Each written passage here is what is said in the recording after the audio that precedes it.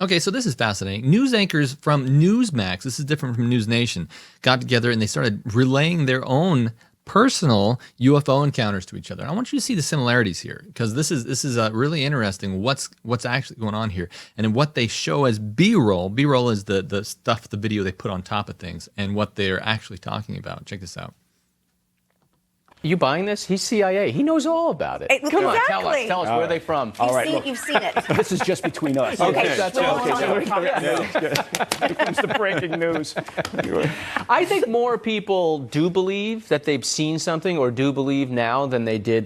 25 years ago, longer, you said something like this and people would think you're a kook. You wouldn't admit it. But I actually saw what I think was a UFO on my neighbors. We were on a front porch, and we saw something that we could not explain. In the air. Tell us about that, because I've told my story before. It was something that with the lights and like a triangle, and it turned out that there were so many calls to 911 in the New York area that day for so many other people who saw that. Okay, cool. So a lot of other people saw it. That's neat. But what actually did he see? He saw lights. He saw lights in a triangle. That doesn't actually mean a ship. I mean, don't get me wrong. I don't think that a ship's out of the question. The physical deception's still on the table. But at the same time, everybody sees lights in the sky. This is what they see.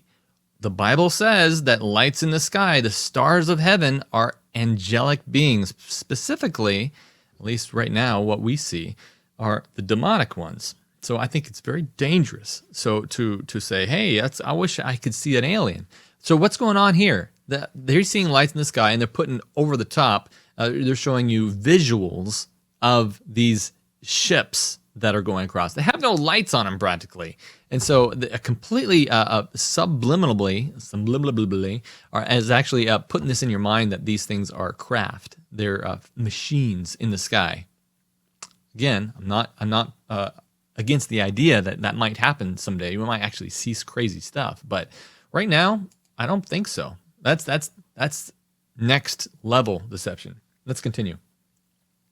Now, how long was it before they brought you back to Earth? Yeah, well, it was a while. And we've asked this before. Was there probing involved? Hey, now. It was a quick trip to the That's another show, Bob Sellers. That's another show. That is a show, but it's not this show. It's not your show. Yes. And I've mentioned this, and people that have watched know that when I was in college, I saw this red, orangish light up in the air, and it was there for a long time. I was out there talking to my roommate. We're just chatting, and all of a sudden, it just kind of went at the speed of light, just went into the distance. And I don't know any technology that could account for that. Well, some of that is, and that's one of those things that you look at when you see some of the legit gun camera footage as an example, and there's no visible means of propulsion on this. It's moving at speeds and in directions that are just unexplainable, right? But Rob brings up a really good point, which is for years and years and years, there was no upside.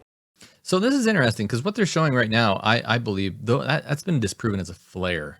Those things are flares coming down, and you can see them disappearing over an exact limited period of time. They're doing military test flares, and they're falling. I mean, this is silly, because what you actually see, common time, they're trying to show you what you would see if you saw a UFO. You would see tiny lights in the sky, these little lights. That's what they commonly call a UFO.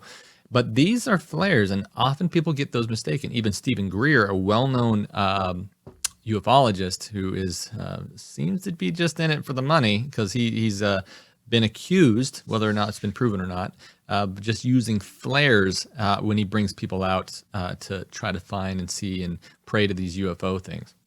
Right. If you were a Navy That's aviator to come back down and say, I saw something. Right. They're going to ground you. So the Pentagon did do the right thing by creating this office, ATIP, and then they shut it down, but I would imagine they're still doing it, frankly. Right. But the idea that you have to normalize it to some degree, because, again, it is legitimately a national security issue. You have to be able to catalog and identify what you're seeing. Whereabouts is Area 51 in Nevada?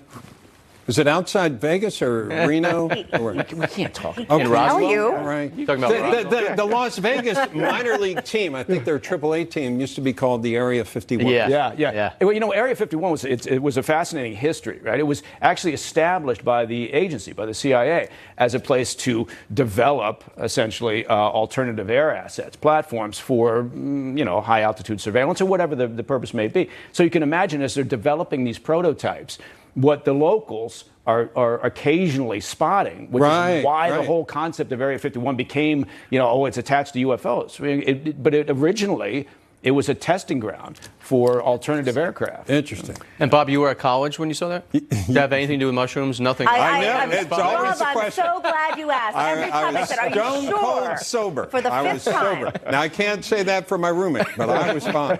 Yeah, you got to say that when you're on the news. You're a public figure. You can't just say, "Oh yeah, I was doing some hard stuff," because what happens is a lot of these times, and this is really prevalent, and DMT and all this other stuff. When they put this drugs in your system, it opens you up. It allows you to stop making decisions so you can start seeing things, because these things can impress your mind and to do things.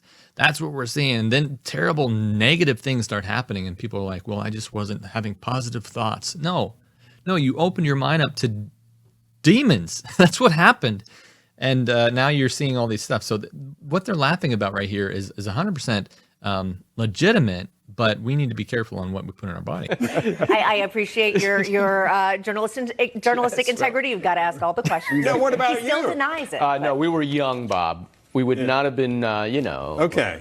All right. Imbibing That was or later otherwise. I think that's the whole thing. Yes. Is that we just don't know. Right. And I think a lot of people more and more believe the government is withholding Yeah. information. course. They don't want to Assume freak that. people out, even though I think people are pretty, Well, as with many things, I'm right? I curious. mean, the best way to tamp down on any conspiracy theories or anything is to be as transparent as possible. Now, there are reasons sometimes why you can't. I mean, sources and methods and intel operations and other reasons.